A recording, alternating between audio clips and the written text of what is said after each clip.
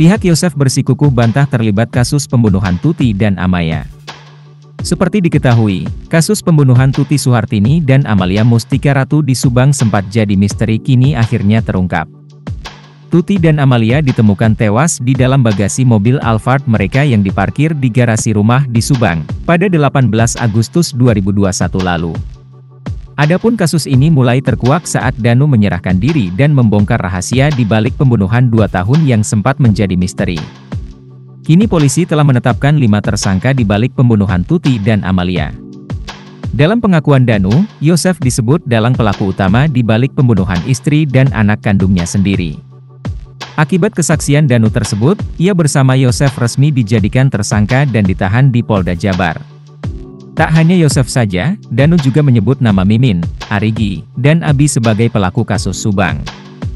Kendati begitu, polisi pun akhirnya menetapkan Mimin, Arigi, dan Abi sebagai tersangka. Atas pengakuan Danu itu ternyata pihak Yosef dan pengacaranya, Rohman Hidayat pun tak terima. Dihubungi tribunNewsBogor.com, Rohman pun mengungkapkan pembelaan terhadap kliennya sekaligus mematahkan kesaksian Danu. Ditegaskan Rohman, semua cerita yang diurai Danu adalah karangan semata. Keterangan Danu menerangkan bahwa 3 orang ada di TKP, Arigi, Abi, Mimin. Itu Arigi, Abi, Mimin enggak kenal sama Danu, jadi itu ngarang, imbuh Rohman Hidayat melalui sambungan telepon, Senin, 23 Oktober 2023. Menurutnya, kalaupun Yosef, Mimin dan anak-anaknya terlibat kasus Subang, penyidik sudah pasti menahan mereka semua.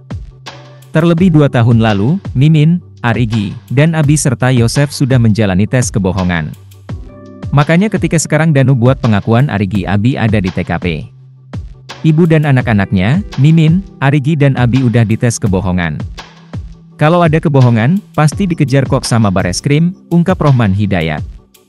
Kendati begitu, menurut Rohman semua keterangan Danu hanya rekayasa. Bahkan termasuk soal barang bukti golok yang disebutkan oleh Danu sebagai senjata Yosef menghabisi Tuti dan Amalia. Pasalnya, sejak 2 tahun lalu, barang bukti golok tersebut tidak juga ditemukan. Tak hanya itu saja, Rohman pun mengungkap fakta yang tak banyak diketahui orang. Fakta itu nyatanya bisa mematahkan keterangan Danu soal keterlibatan Yosef, Mimin, Arigi, dan Abi dalam pembunuhan Tuti dan Amalia. Ditegaskan Rohman, 4 kliennya, Yosef, Mimin, Arigi, dan Abi tidak ada yang bisa mengendarai atau menyetir mobil. Lantaran hal itu, Rohman heran dengan pernyataan Danu soal melihat salah satu dari ke-4 tersangka sempat mengendarai mobil Alphard sebelum akhirnya urung membawa jenazah Tuti dan Amalia. Pengakuan Danu alasan Yosef tega bunuh istri anak.